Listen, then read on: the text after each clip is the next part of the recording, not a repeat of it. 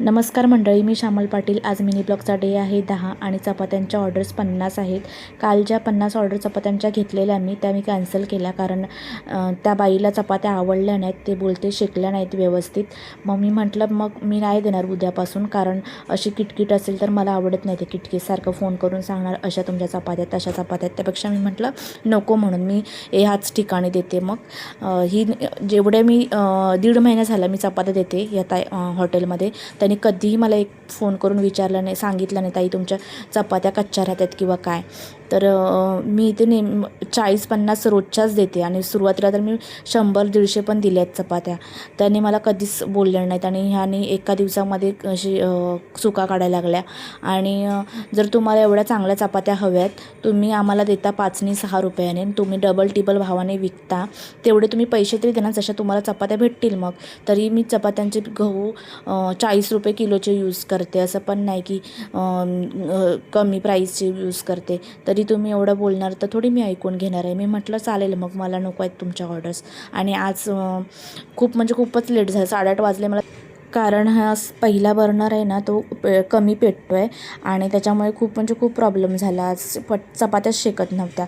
मग हे दुसरा बर्नर आहे तो चांगले चपात्या शेकत होत्या. मग तिकडे मी चपात्या करायला घेतल्या, कारण माझे रोटी पेपर ना संपले आहेत. तर मग काल मी फॉईल पेपर घेऊन आली आणि त्याच्यामध्ये आज रॅप करते.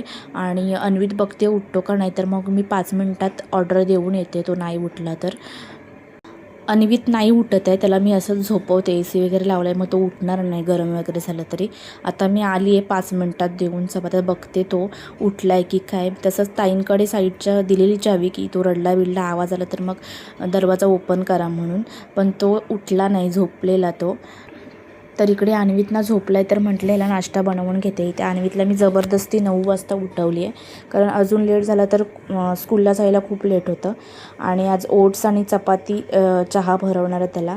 तो बोलतो आहे मला चपाती हवी आहे. मग त्याला चपाती एक भरवते आणि थोडे ओट्स भरवते. इकडे त्याचा नाश्ता वगैरे झाला आहे, अंघोळ वगैरे झाली आहे, मी पण तयार झाली आहे. आता याला घेऊन जाते स्कूलला.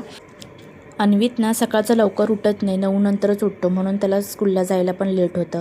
सध्या तर 10 वाजताची स्कूल आहे, नंतर ती 10:30पर्यंत होणार आहे स्कूल. 10:30ला स्कूल चालू झाली तर म्हणजे पूर्ण व्यवस्थित होईल त्याचं रुटीन, म्हणजे त्याला झोप पण पूर्ण होईल आणि वेळेवरती तो स्कूलला जाईल.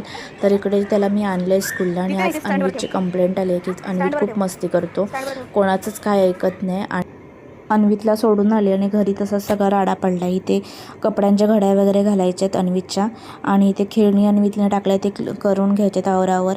आणि सकाळचे नाश्त्याचे भांडे आणि सकाळी चपात्यांचे भांडे वगैरे सगळे पडलेत, ते इथून क्लीन करते. आणि आता इथे सगळं क्लीन केलं आहे मी, भाजी वगैरे करते. आणि चपात्या तर सकाळच्या आहेतच आणि अन्वितला आणायला जाते.